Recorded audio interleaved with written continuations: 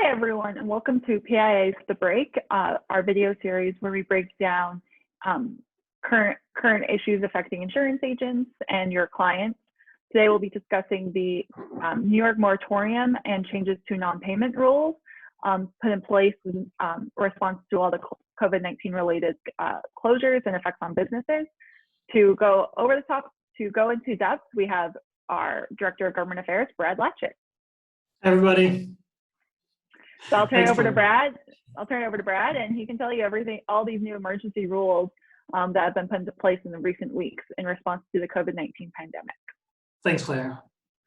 Buckle your seatbelts. This is going to be a ride. So, as Claire mentioned, we're going to be discussing the New York Moratorium, which is explained in a second, and also some of the changes that happen in the non-payment rules as a result of COVID. So, in short, Governor Andrew Cuomo, New York Governor Andrew Cuomo, issued Executive Order 202.13.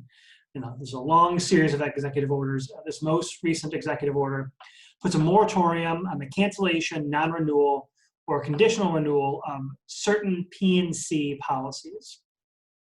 And I'll get into more of that in a second.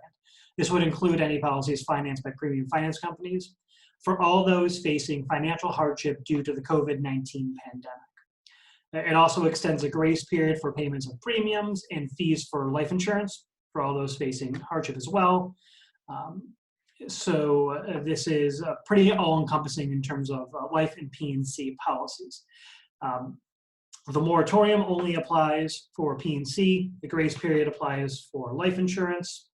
In addition, there is a repayment plan, if you will, for all of those policies, including premium financed policies, that if a person cannot pay their premium due to financial hardship from COVID, and they can demonstrate continued financial hardship, they will be permitted to pay their premium over a period of 12 months, that missed payment. Now, there's no certain rules about when that payment must be made. For example, it's not like 1/12 1 month, another 12th the next month. It seems like carriers are going to set up their own programs in terms of repayment, but no, a client would have up to 12 months to repay that missed payment as long as they can demonstrate financial hardship. And then a big requirement in this order is that there's a requirement for all producers to send notifications to their clients of the changes that I just mentioned. And when we're discussing this, there's kind of two things going on. There's the executive order, and there was follow-up guidance or emergency amendments made by the Department of Financial Services. And this is where some confusion sometimes sets in, because the executive order does not mention that notification requirement by producers. So for anybody who was just to read the executive order, you might be thinking, why do I need to provide this notification?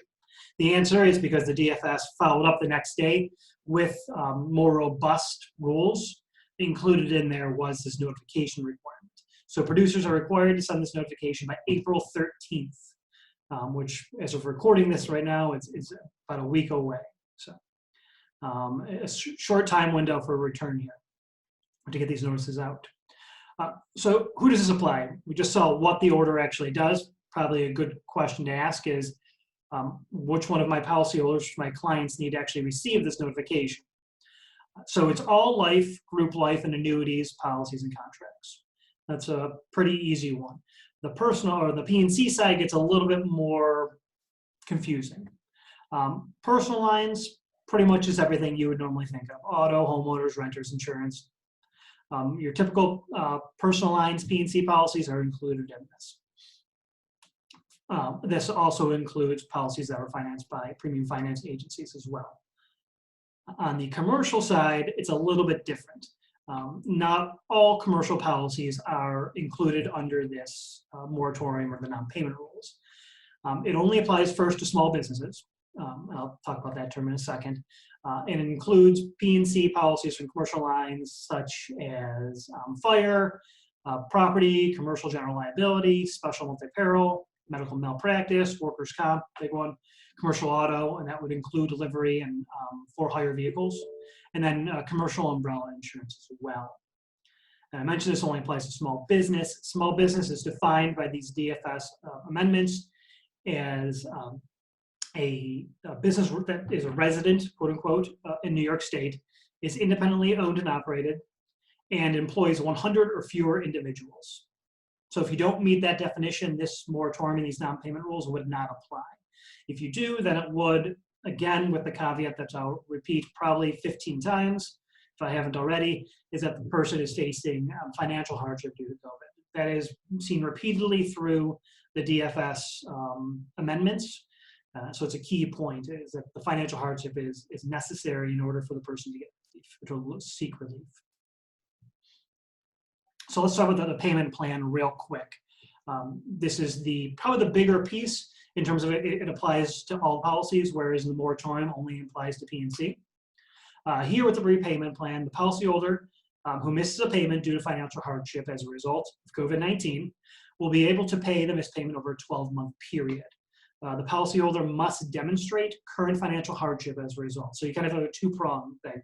You missed the payment because you had financial hardship, and you also are continuing to face that financial hardship, which would require you to pay off that missed payment over a 12-month period. So double financial hardship, I guess. This, interestingly enough, applies to any policyholder who receives a non-payment cancellation prior to March 29th. So it certainly applies going forward, but also is retroactive. So if you have a client who received a non-payment notice on March 28th, as long as they can demonstrate that they missed the payment because of financial hardship and they continue to face financial hardship, they would be eligible for this 12-month plan. This, again, applies to P&C, life, and then premium finance policies as well. A few miscellaneous things here. Insurers and premium finance agencies must, also associated with the non-payment, waive any late payment fees, and they are prohibited from reporting the late payment to any credit rating agency during this grace period. So quickly, the producer responsibility here. Producers are required to notify all impacted policyholders of the changes. So you don't necessarily need to notify all of your clients. If you have a client with a commercial lines policy that did not fall under the ones I mentioned, you don't need to send the notice. But chances are every producer is going to have send this notice to at least somebody, because you're going to have some sort of P&C policy or life policy that is impacted by this. The notices must be sent by April 13th. Excuse me, there's a typo there, April 13th. Ignore that. And then these notices can be sent electronically as well. So that about sums it up. I do want to note, actually, the electronic, in addition to an email, which is probably going to be the preferred method of sending these, you can also put these notices up on a agency website or on social media. In fact, the DFS has encouraged those agencies to do so, but it's important to note that that's supposed to be as a supplement to these notices, not to take the place of them.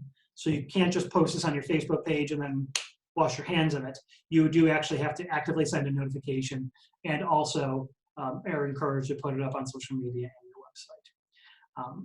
If you have any questions on this or anything, you can reach out to Clare or myself or the Resource Center. We do have a lot of resources on this topic itself. We created an FAQ answering a lot of the questions that people have regarding this moratorium and the non-payment issue. We also created some sample letters modeled off of what the DFS put out that our clients, our members can send to their clients.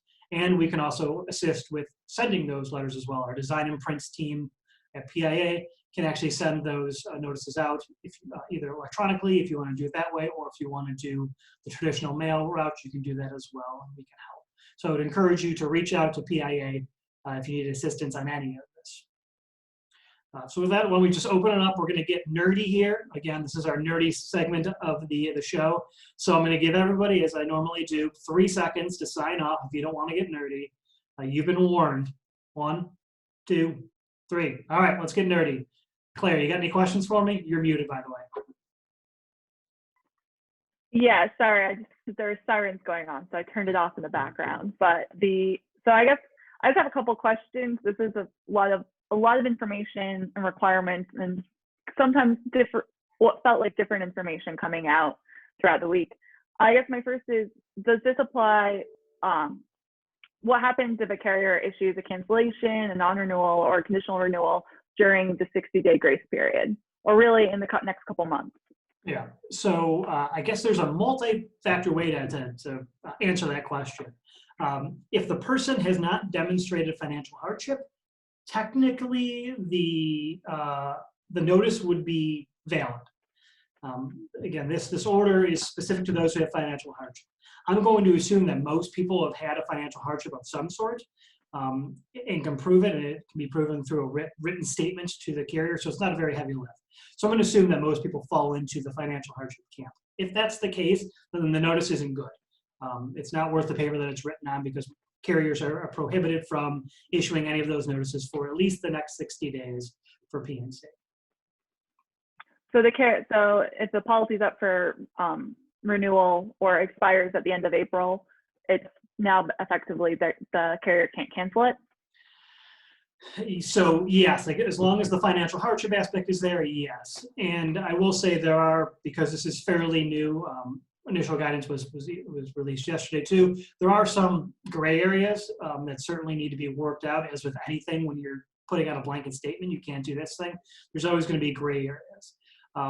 So they might change that, but as of now, yes, the policy that is normally set to expire or conditionally renew, if you will, on let's say April 28th, could not do so right now. Again, as long as the financial hardship aspect is involved. Okay, what about the non-admitted and excess lines market? Does this apply to those policies? So we're really getting into the weeds here, and this is going to get probably especially nerdy. So yes and no. This applies to E&S policies, generally speaking, right? And then there, of course, now we have a general statement. Now there's, of course, exclusions. This is like an insurance policy, right? Here's your coverage. Now here's how we're excluding it. So commercial lines E&S policies are excluded from both the moratorium and the non-payment rules. Everything that we talked about does not apply to E&S commercial lines policies.